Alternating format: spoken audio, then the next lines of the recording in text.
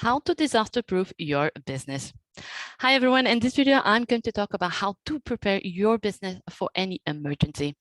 And the best example is probably me. I had to activate my own emergency plan a couple of weeks ago, and I will tell you what worked, but most importantly, what didn't work. In May 2022, my toddler got an unexpected surgery. We all got COVID, and on top of that, I lost my childcare. So I basically had to pull out of my business for 6 full weeks.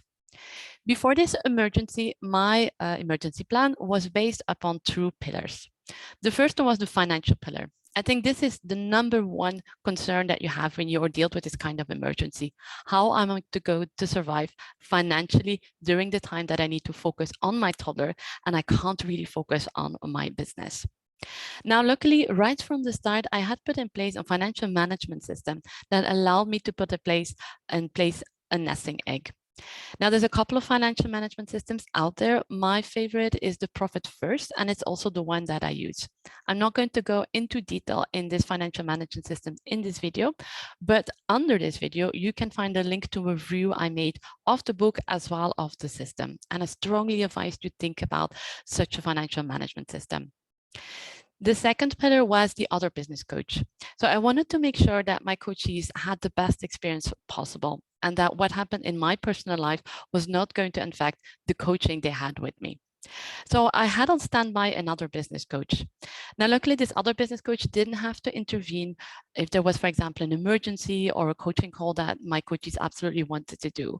But it was really reassuring to know that someone could jump in if needed. The third pillar was the automation part. I always try to automate as much as possible my administrative tasks, and that really has proven to be super useful during this crisis. For example, I just had to send out an email to my coaches telling that I was sorry and I could not do the coaching call, but that they could reschedule after a certain period. They could do it themselves just by going on the link and taking care of themselves, which means that I didn't have to take care of that and that I could again focus on what was the priority of that moment, aka my toddler.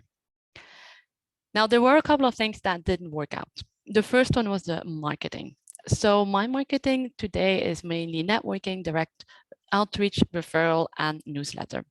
I kind of managed to squeeze out a newsletter, but it was honestly in horrible conditions, as it was literally at 2 a.m. in the morning while my toddler was rolled in for a CT scan. I would absolutely not advise doing a newsletter in these kind of conditions. And it learned me that I really need to prepare things probably and automate here as well. So probably create, for example, that content 1 month in advance. If I had done for the month of May, then I didn't have to think about that and I could come back into my business once I had the time to do so. Another part is the networking, the direct outreach and referral. While it's very successful, it does involve a human element. And I was really not in the mood to talk to anyone but my very close friends and my family. So it means that I practically didn't do any of that networking during the 6 weeks.